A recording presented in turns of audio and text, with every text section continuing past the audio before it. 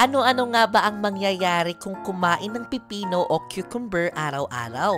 At ano nga ba ang mga sakit na kayang pagalingin at health benefits nito? Kung gusto niyong malaman, tapusin niyo ang video na ito. Hello mga ka-jungle! Sa video nga na ito ay pag-uusapan natin ang mga benepisyo ng pipino sa ating kalusugan. At ano nga ba ang mangyayari sa inyong katawan pag kumain kayo nito araw-araw? Alam mo ba na ang pipino o cucumber ay madaming benefits? May mga sakit din na kaya nitong labanan o pigilan, kaya naman kapag bata ka pa, kumain ka na nito. Una, kapag kayo'y kumain ng pipino, mababawasan ang inyong high blood pressure. Kapag mataas ang inyong BP, maraming sakit ang dadapo sa katawan mo. Ang iba ay humahantong sa aneurysm, stroke o kaya naman heart attack. Naku mga ka-jungle, alam nyo ba na ang pipino ay mainam nagpapababa ng blood pressure dahil sa mataas nitong electrolyte potassium at kung araw-araw nyong kakainin ang pipino, lalaki ang tsansang maagang maging normal ang inyong blood pressure. Sunod naman ay dehydration. Kapag kulang sa tubig ang ating katawan, hindi magfa-function na ating mga cells, mga ibang organs. Alam nyo ba ang pipino ay 95% na water ang laman. Kaya naman kung kakain kayo ng pipino, magiging malusog ang inyong pangangatawan lalo na ngayong sobrang init ng panahon. At ang sunod naman, kapag araw-araw kayong kakain ng pipino, maayos ang pagdudumi ninyo.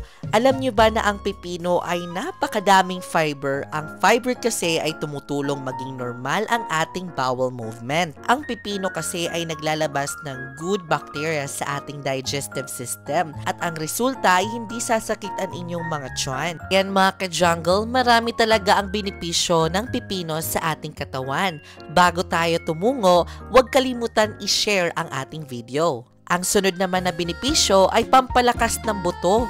Wow mga ka-jungle, kapag tayo ay tumatanda naman, ang ating mga buto ay tumatanda na rin. Nagiging sanhi na hindi paglakad ng isang tao at mas nagiging mahina ang ating mga buto. Alam nyo ba na ang ating pipino ay nakakatulong din upang mapalakas ang ating mga buto?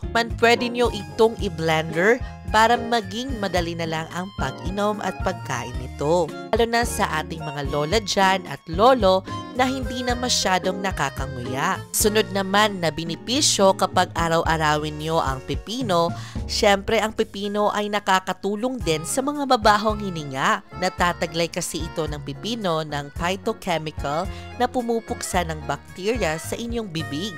Ang bakterya na ito ay nagre-resulta sa mabahong hininga. Pwede nyo itong gawing shake o cucumber. At alam nyo ba sa karagdagan mga ka-jungle, nagpapabawas din ito ng cancer sa ating katawan. At alam nyo ba mga ka-jungle, ito din ay nakakapayat kung ikaw ay naghahanap ng healthy at nakakabusog na pagkain upang bumaba ang inyong timbang.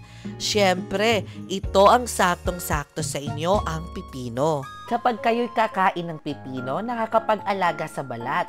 Ang pipino ay mayaman sa vitamin C, isang antioxidant na nakakatulong na labanan ang free radical na nagdudulot ng oxidative stress sa balat.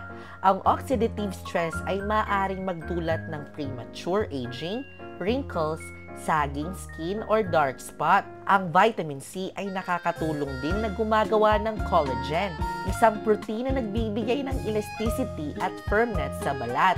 Ang paglalagay ng pipino o slice sa mata ay nakakatulong din magpabawas ng puffiness at dark circle. Sunod naman ay nagpapabilis ng hair growth. Tama po ang inyong narinig. Ang pipino ay mayaman sa silica, isang mineral na nakakatulong gumawa ng keratin, isang protein na bumubuo sa buhok at kuko.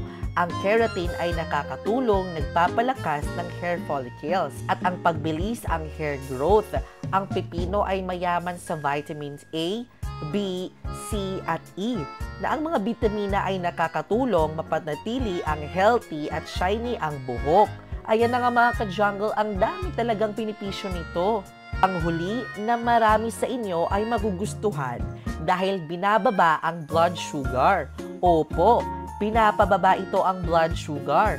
Ang pipino kasi ay may mababang calories at carbohydrates. Kaya naman ito ay hindi nagdudulot ng malaking pagtaas ng blood sugar. Kaya ngayon ako mga ka-jungle, kakain na talaga ako ng pipino.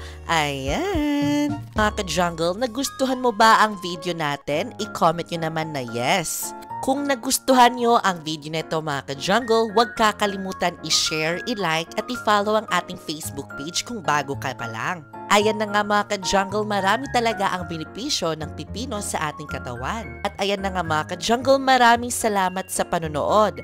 And I will see you next episode because more plant, less stress.